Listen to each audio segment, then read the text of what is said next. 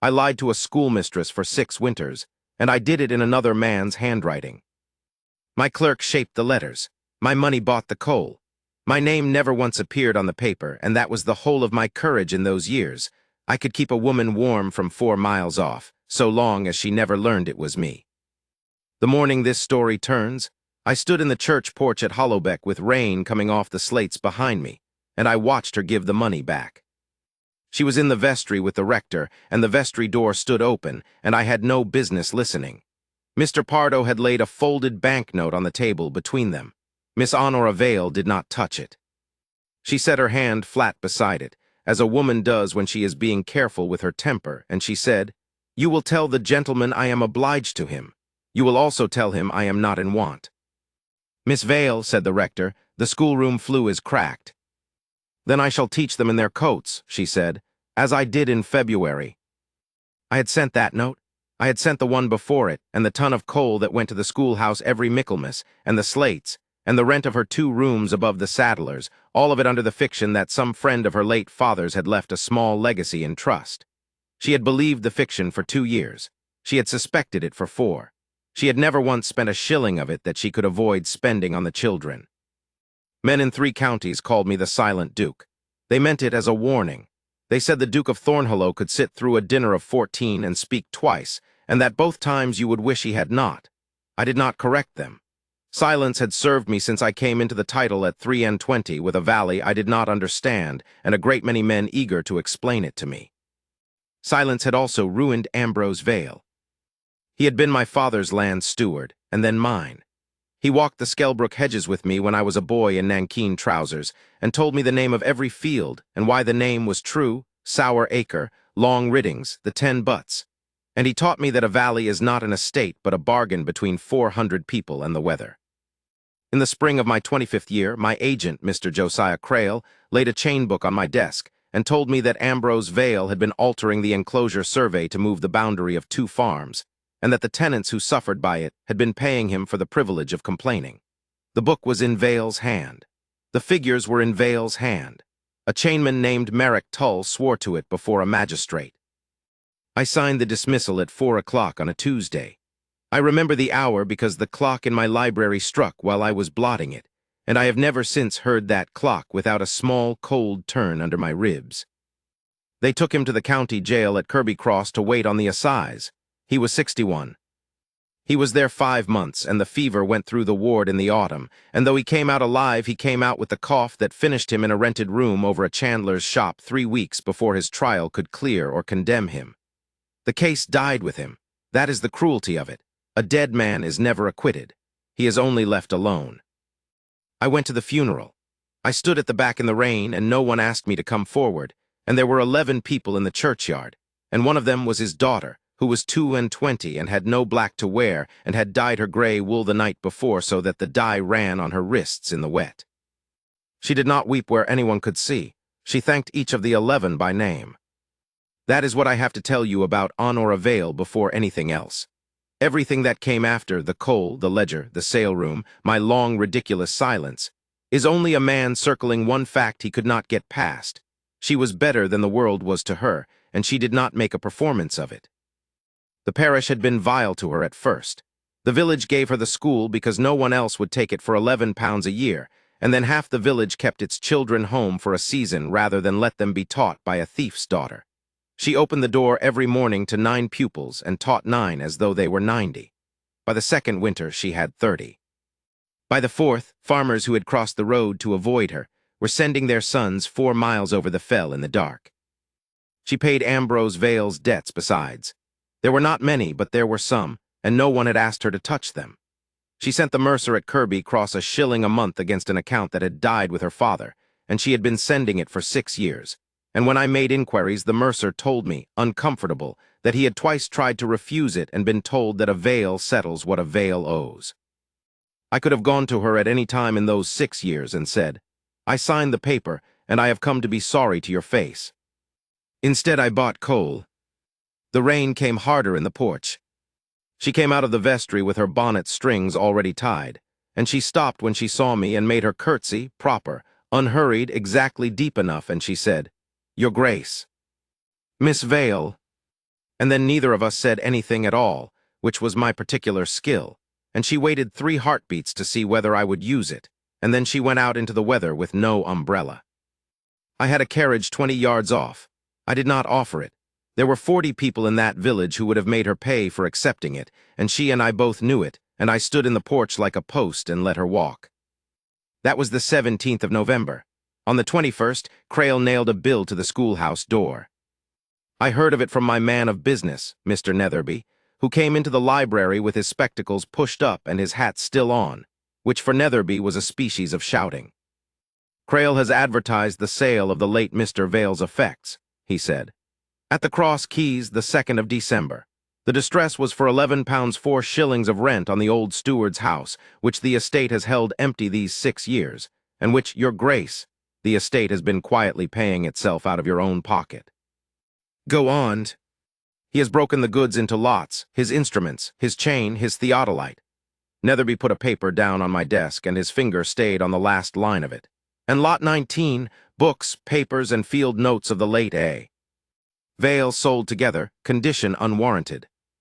The room went very quiet. My clock did not strike, it was only 20 past. He is buying the evidence, I said. He is buying it in daylight with an auctioneer's hammer to make it lawful, said Netherby. And he has the trustee's ear besides.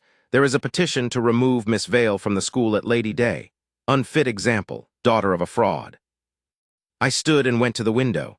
Below, the park went down gray to the beck, and the beck was up over its stones with the rain, and somewhere past the 3rd fold of that ground there was a cold room with 30 children in it. Netherby, I said, how many field books did Vale keep? 12, your grace, numbered. And how many are in lot 19? He looked. He did not answer at once, and when he did his voice had changed. 11. I opened the 2nd drawer of my desk and took out the 12th. Vale had given it to me himself, 3 weeks before Crail came to me with his chain book, and had said, your grace should keep this one by him, and I had put it in a drawer and forgotten it for 6 years, and I had read it at last in the January after he died, and I had known from the 3rd page that I had ruined an innocent man. That is my confession, and I make it plainly. I did not need a deposition to tell me. I had known for 5 years. I had simply not been able to see how to say it without asking her to forgive me, and I could not bear to be forgiven cheaply. She came to Thornhallow herself that same evening. She came on foot, in the dark, with the rain turning to sleet, and my footman put her in the small hall with the door open behind her because she would not let him shut it. When I came down, she was standing on the mat with the wet running off her cloak into the flags, and she had a lantern in her hand that she had not thought to put out. I will not keep you long, your grace, she said. Come in to the fire. I will not, thank you. She lifted her chin a little. There is a sale advertised of my father's things. I cannot stop it. I have £11 4 shillings in the world only if I do not eat until March, and I have looked at it every way, and I cannot stop it. Miss Vale, I do not want your charity. She said it quickly, and her hand tightened on the lantern ring. I have had charity. Somebody in this valley has been leaving coal at my school door for 6 winters like an alms bag on a step, and never once had the decency to let me thank him, and I have hated it, and I have burned every scuttle of it because 30 children were cold.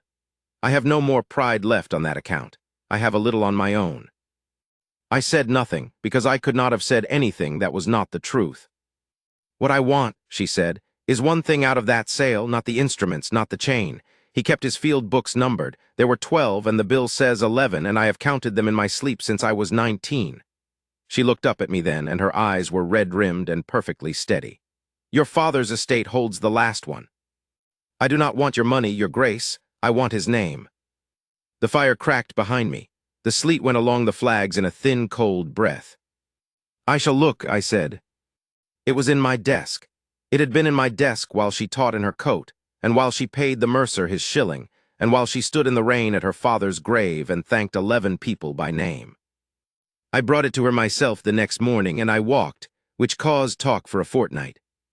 The schoolroom at Hollowbeck was one room with a flagged floor, a peat fire that drew badly, a map of the county with a corner gone, and 30 children on 4 benches. 9 of them had no shoes on.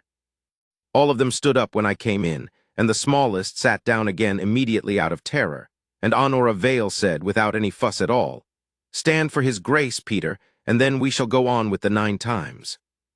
Go on with it, I said. I shall wait. She raised one eyebrow at me and went on with it. I stood at the back by the door for 11 minutes while 30 children chanted the 9 times table, and I have sat in the House of Lords, and I tell you the 11 minutes were better. When she dismissed them, she came to the back of the room, wiping chalk from her fingers on a cloth, and I put the field book into her hands. She did not thank me. She opened it standing in the gray light from the window, and I watched her go pale in stages like frost taking a pain. This is the Skelbrook survey, she said. It is. This is the true one. Her finger went down the page. Look, he has chained the boundary of the 10 butts at 19 chains and 40 links, and again here on the 12th of May, 19 chains and 40 links, and again in August. 3 times, 3 seasons, the same figure. She turned the leaves fast. The book they hanged his name on has 1 and 20 chains, 2 chains of a difference. Do you know what 2 chains is, your grace? 44 yards, I said. It is the whole of Rushworth's water meadow, she said, which Mr. Crail bought from the estate in the December after my father died, and which he holds still, and which is worth £9 an acre in a wet year. She shut the book. My father did not move that boundary. Someone moved it after him, in a hand very like his, and then swore a chainman to it. Merrick Tull, I said.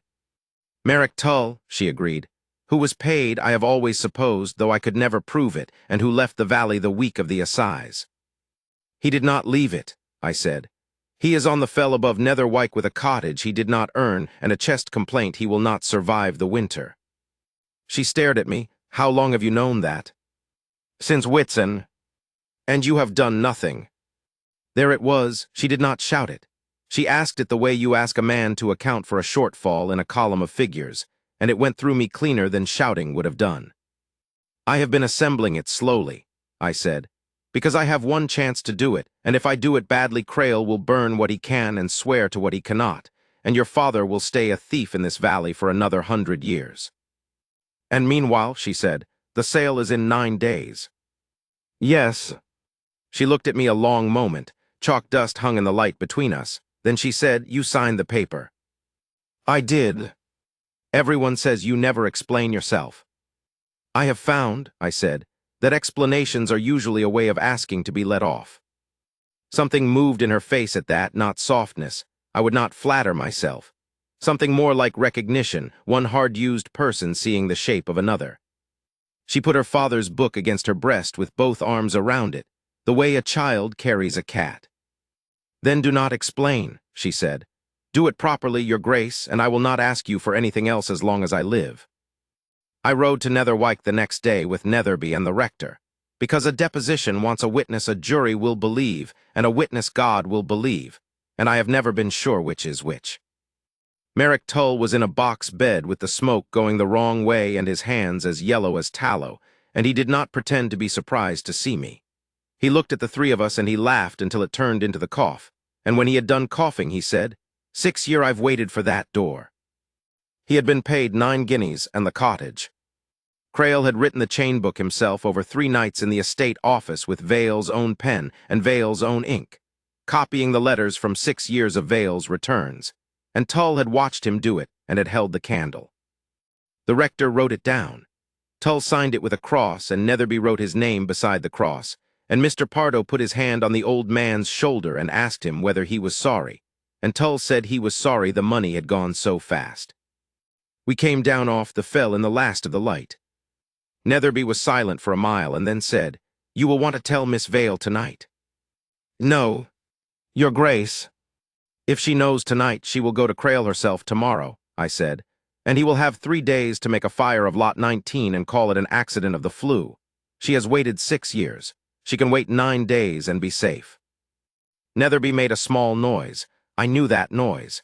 It was the noise a good man makes when he has decided not to say the true thing to a duke.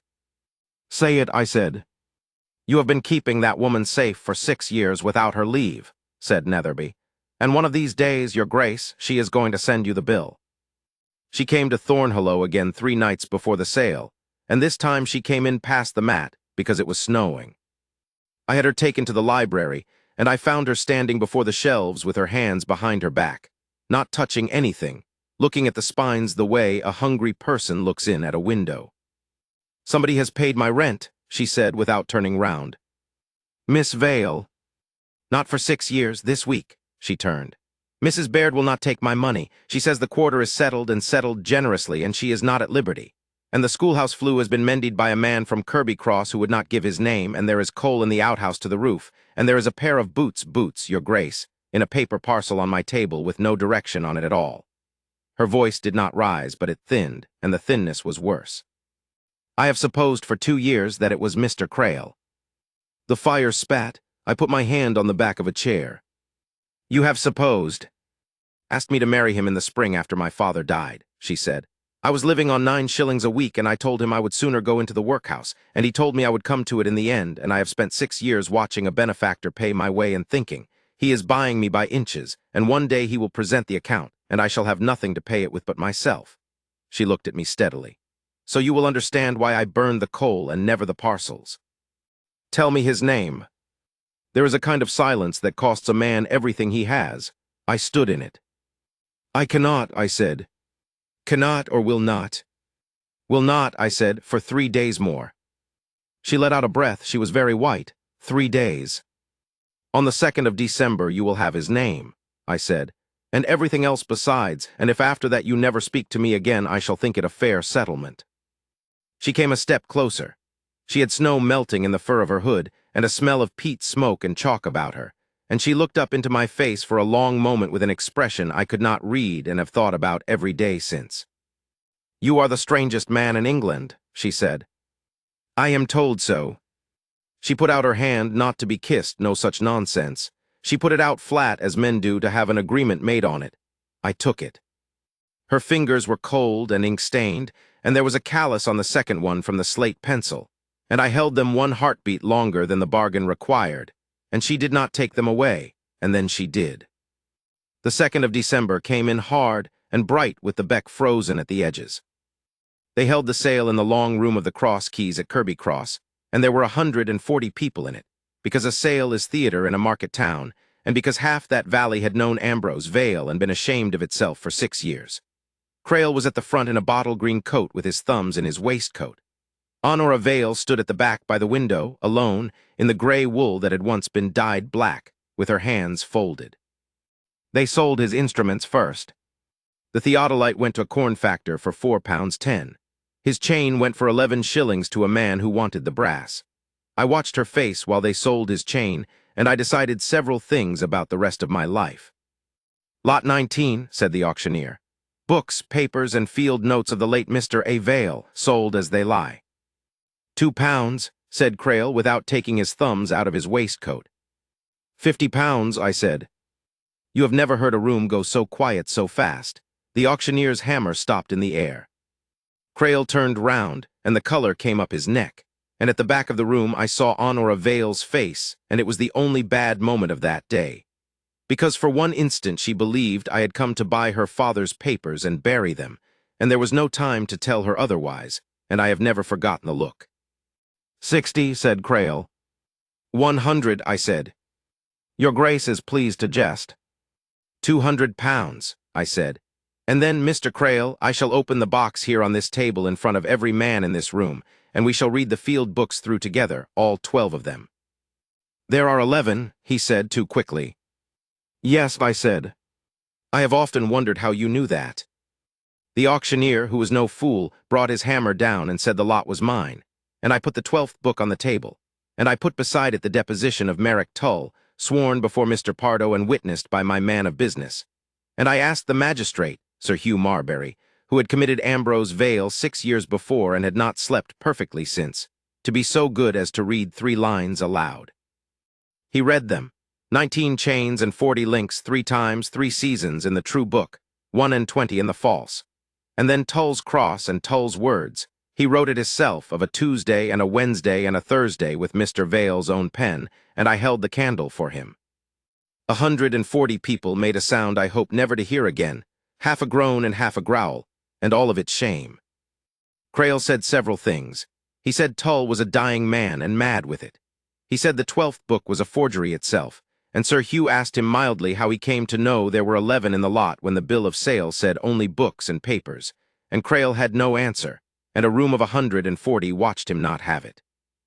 He was committed in the new year, and he was ruined before that, which in a market town is faster and lasts longer. The water meadow went back to Rushworth's son. And Sir Hugh Marbury did a thing I did not ask of him. He stood up on the auctioneer's platform in front of the whole room and said that Ambrose Vale had been an honest servant and a wronged man, and that the county had killed him, and that he for one would carry it. I looked for her then. She was still at the window, and she was crying at last without a sound, the way a person cries who has been waiting 6 years for permission. I did not go to her. There were 40 people between us, and every one of them wanted to speak to her, and for the first time in 6 years they wanted to speak to her kindly, and she had earned that far more than she had earned anything I could give her. I stood by the table and let her have it. It was Netherby who undid me, and he did it out of pure honesty, which is the most dangerous quality in a clerk. She had come up at last to the table to gather her father's books into her arms, and she asked him, because she was Ambrose Vale's daughter and could not help it, what the deposition had cost, and who had paid the rector's chaise, and whether Merrick Tull's cottage had been paid to Lady Day so the old man might die in it. And Netherby, who had a ledger under his arm because he never went anywhere without one, said, "It is all in the account, Miss Vale. It is a long account."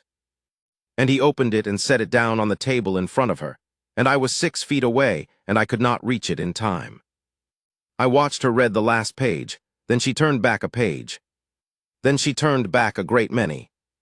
Michaelmas, coal to the school at Hollowbeck, 2 tons, per the merchant at Kirby Cross, no direction given. Slates, 4 dozen. Rent of 2 rooms over the Saddlers, quarter to Lady Day, paid Mrs. Baird, not to be spoken of. Mercer's account of the late A. Vale, settled privily. Miss V continues to pay in monthly, and the sums are held to her credit. She is not to be told. Boots, 1 pair women's at Martinmas, flew mendied. Physician to the bewicked child at the schoolmistress's asking. She is to think it the parish. 6 years of it. In my hand, not the clerk's. The letters I had been careful never to let her see were on every page of that ledger, because a man must keep his own accounts if he wants no one else to know them. She read it standing in the noise of 140 people, and when she had finished, she closed it very gently and looked up at me and said 1 sentence. "You let me thank a ghost." "Yes." "For 6 years." "Yes." "I stood in that schoolroom," she said, "and I told 30 children that we could not know who our friend was and that we should live so as to deserve him." Her voice broke on it, and she took hold of it again with both hands, the way she took hold of everything. "I burned your coal and hated you for it, and you let me." "I did." "Why?" And there, in a sale-room that smelled of wet wool and sawdust, with her father's field books in the crook of her arm, I stopped being silent. "Because I signed the paper that killed your father," I said, "and a man who has done that may not go to the daughter with his hat in his hand and ask her to make him comfortable. I have wanted to for 6 years. It would have been for me, Miss Vale, not for you. So I did the only thing I could do that was not for me. I kept you warm and I kept out of it, and I told myself that was decency." I looked at the ledger. "Netherby told me last week it was cowardice." "He was right, and he is very seldom right about anything but money." She did not speak. The room went on being loud somewhere far away. "And there is one thing more," I said, "which you may as well have since you have the rest. On the morning I turned your father out, I came to the steward's house at 7 o'clock, and you came down the passage with a lantern, and I expected, I do not know what I expected, curses, weeping. What you said was, 'He will want his greatcoat, your grace, it is cold where you are sending him,' and you fetched it, and you brushed the collar of it with your hand before you gave it to the constable." My voice was not steady, and I let it not be.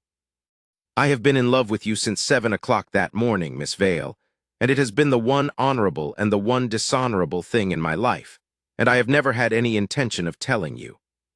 She stood there with the snowlight on her face. "You might have let me stand up on my own feet," she said at last. "You did stand," I said.